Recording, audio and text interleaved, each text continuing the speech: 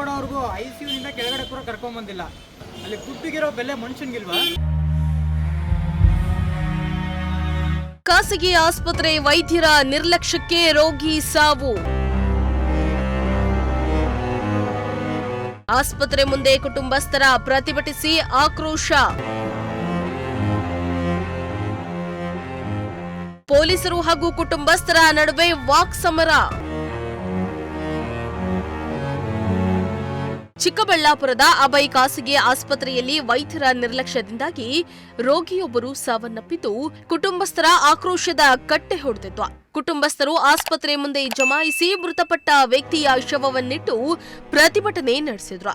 ಸ್ಥಳದಲ್ಲಿ ಬಿಗುವಿನ ವಾತಾವರಣ ಏರ್ಪಟ್ಟಿದ್ದು ಪೊಲೀಸರು ಪರಿಸ್ಥಿತಿಯನ್ನ ನಿಯಂತ್ರಿಸಲು ಹರಸಾಹಸ ಪಟ್ಟರು.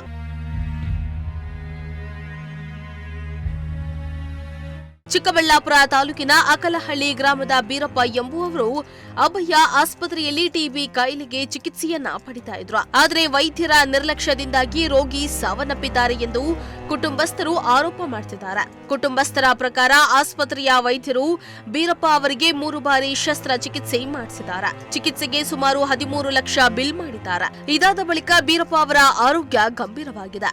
ಹೀಗಾಗಿ ಅಭಯ್ ಆಸ್ಪತ್ರೆಯ ವೈದ್ಯರು ಅವರನ್ನ ಮುದ್ದೇನಹಳ್ಳಿಯ ಸತ್ಯಸಾಯಿ ಆಸ್ಪತ್ರೆಗೆ ರವಾನಿಸಿದ್ದಾರೆ. ಆದರೆ ಸತ್ಯಸಾಯಿ ಆಸ್ಪತ್ರೆಯಲ್ಲಿ ಚಿಕಿತ್ಸೆ ಫಲಕಾರಿಯಾಗದೆ ಬೀರಪ್ಪ ಇಂದು ಸಾವನ್ನಪ್ಪಿದ್ದಾರೆ.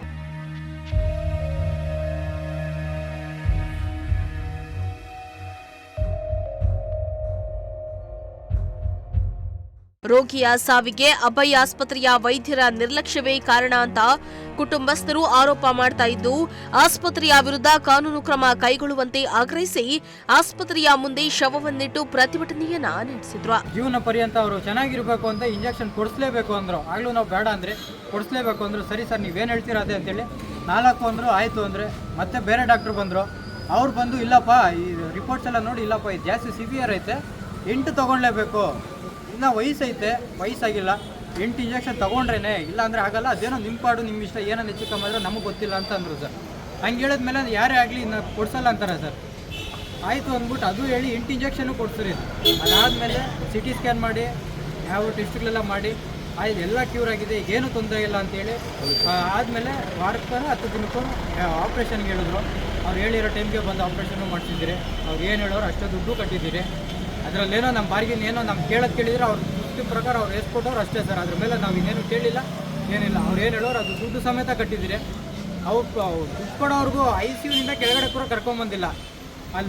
ಅಲ್ಲಿಂದ ಅಲ್ಲಿಗೆ 4-5 ಸಾರಿ ಫೋನ್ ಮಾಡಿದ್ದಾರೆ. ಏನು ಮೇಲಿಂದ ಕೆಳಗೆ ಕರ್ಕೊಂಬರೋದಕ್ಕೆ ಕಟ್ಟಿದ್ರ ಅಂತ. ಏನು 5 ನಿಮಿಷಕ್ಕೆ ಜಾಸ್ತಿ ಇಲ್ಲ 5 ನಿಮಿಷ ದುಡ್ಡು ಕೌಂಟ್ ಮಾಡೋದ್ರೊಳಗಡೆ ಅಷ್ಟು ಸಾರಿ ಫೋನ್ ಮಾಡಿದ್ದಾರೆ. ಅಲ್ಲಿ ದುಡ್ಡಿಗಿರೋ ಬೆಲೆ ಮನುಷ್ಯನ್ಗಿಲ್ವಾ? ವರ್ಷದಿಂದ ತೋರಿಸ್ತಿದ್ದೀನಿ ಅಷ್ಟು ಮಾತ್ರ ದುಡ್ಡು ಕೊಡ್ತಾರ ಇಲ್ಲ ಅನ್ನೋ ಗ್ಯಾರಂಟಿ ಇಲ್ವಾ? ಅಲ್ಲಿಗೆ ಅರ್ಥ ಆಗೋಗಿದ್ದೀವಿ ಉಳಿಯಲ್ಲ ಅಕಸ್ಮಾತ್ ತೊಂದರೆ ಆದರೆ ದುಡ್ಡು ಕೊಡ್ತಾರೋ ಇಲ್ಲ ಅಂದ್ಬಿಟ್ಟು ಈ ಕೆಲಸ ಮಾಡಿದ್ರ ನಮಗೆ.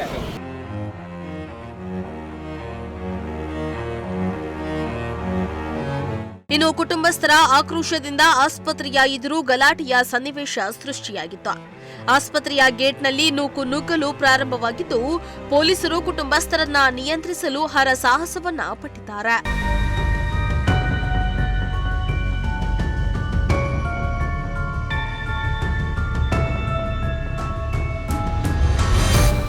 ಖಾಸಗಿ ಆಸ್ಪತ್ರೆಯಲ್ಲಿ ರೋಗಿಗಳಿಗೆ ಸರಿಯಾದ ಚಿಕಿತ್ಸೆ ನೀಡದೆ ಅತಿಯಾದ ಬಿಲ್ ವಿಧಿಸುವ ಆರೋಪಗಳು ಈ ಹಿಂದೆಯೂ ಕೇಳಿಬಂದಿವೆ. ಈ ಘಟನೆಯಿಂದಾಗಿ ಅಭಯ್ ಆಸ್ಪತ್ರೆಯ ವಿರುದ್ಧ ಕಾನೂನು ಕ್ರಮಕ್ಕೆ ಕುಟುಂಬಸ್ಥರು ಒತ್ತಾಯಿಸುತ್ತಿದ್ದಾರೆ. ಈ ದುರ್ಘಟನೆ ಖಾಸಗಿ ಆಸ್ಪತ್ರೆಗಳ ಚಿಕಿತ್ಸಾ ವ್ಯವಸ್ಥೆಯ ಮೇಲೆ ಹಲವು ಪ್ರಶ್ನೆಗಳು ಎತ್ತಿದೆ. ರೋಗಿಗಳ ಜೀವದ ಜೊತೆಗೆ ಆಟವಾಡುವ ವೈದ್ಯರ ವಿರುದ್ಧ ಕಠಿಣ ಕ್ರಮಕ್ಕೆ ಸಾರ್ವಜನಿಕರು ಒತ್ತಾಯಿಸಿದ್ದಾರೆ. ಮೋಹನ್ ಕುಮಾರ್, ಪ್ರಜಾಶಕ್ತಿ ಟಿವಿ, ಚಿಕ್ಕಬಳ್ಳಾಪುರ.